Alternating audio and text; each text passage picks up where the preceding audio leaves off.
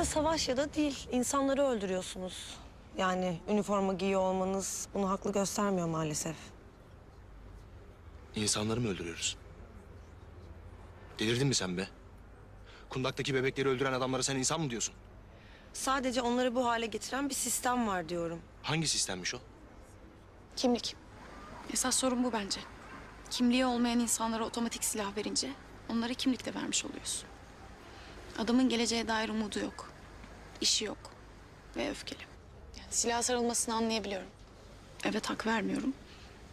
Ama anlayabiliyorum. Ve işte buna da empati deniyor. Demek empati deniyor. Daha bir hafta olmadı.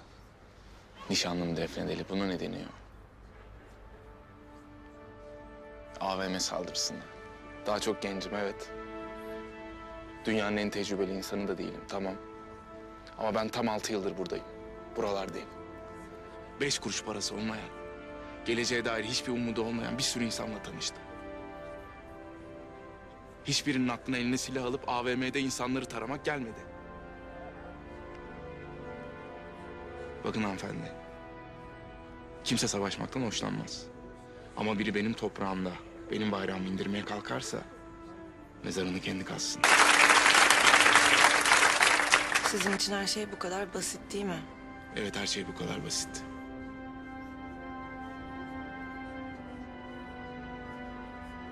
Size iyi geceler. Ne oldu şimdi? Nereye gidiyorsun? Siz empati yapmaya devam edin, ben gidip silahımı temizleyeceğim. Empatiymiş.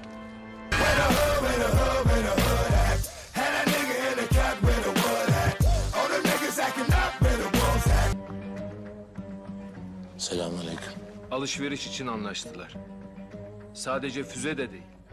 Tank savar roketi de alacak.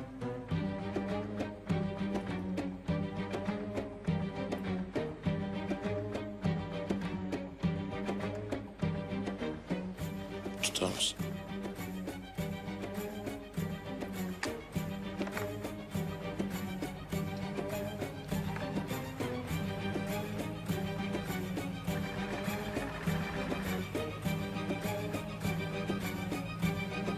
Dur! Ne yapıyorsun?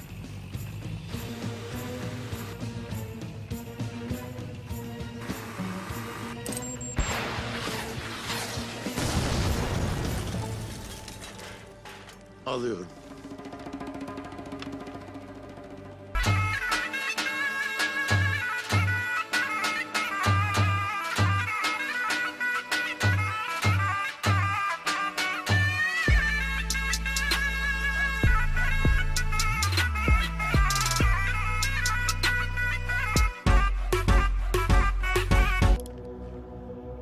Vurabilecek misin? Iskalarsan işin biter, evine gidersin. Iskalamam komutanım.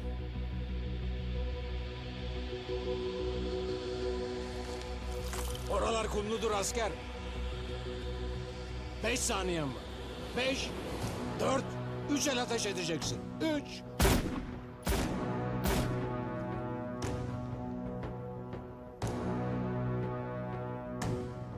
...100 metreden bir tane bile tutmamış. Değil mi? 100 metre mi? Ben 200 attım komutanım. See me rolling, they hating, patrolling and trying to catch me riding dirty, trying to catch me riding dirty, trying to catch me riding dirty, trying to catch me riding dirty, trying to catch me riding dirty.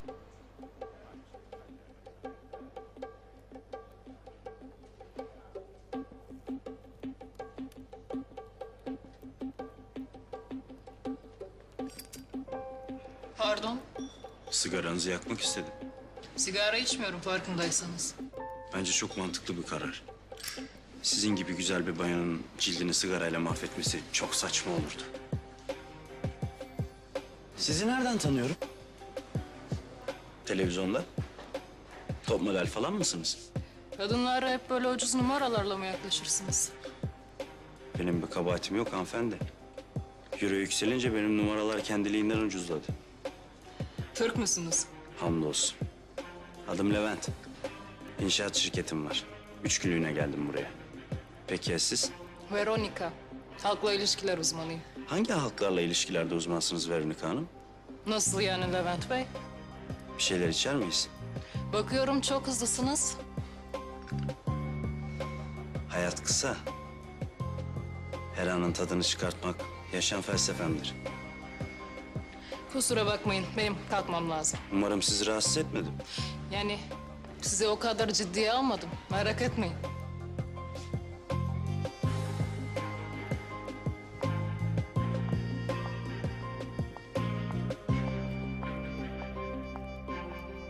En sevdiğim model bu işte.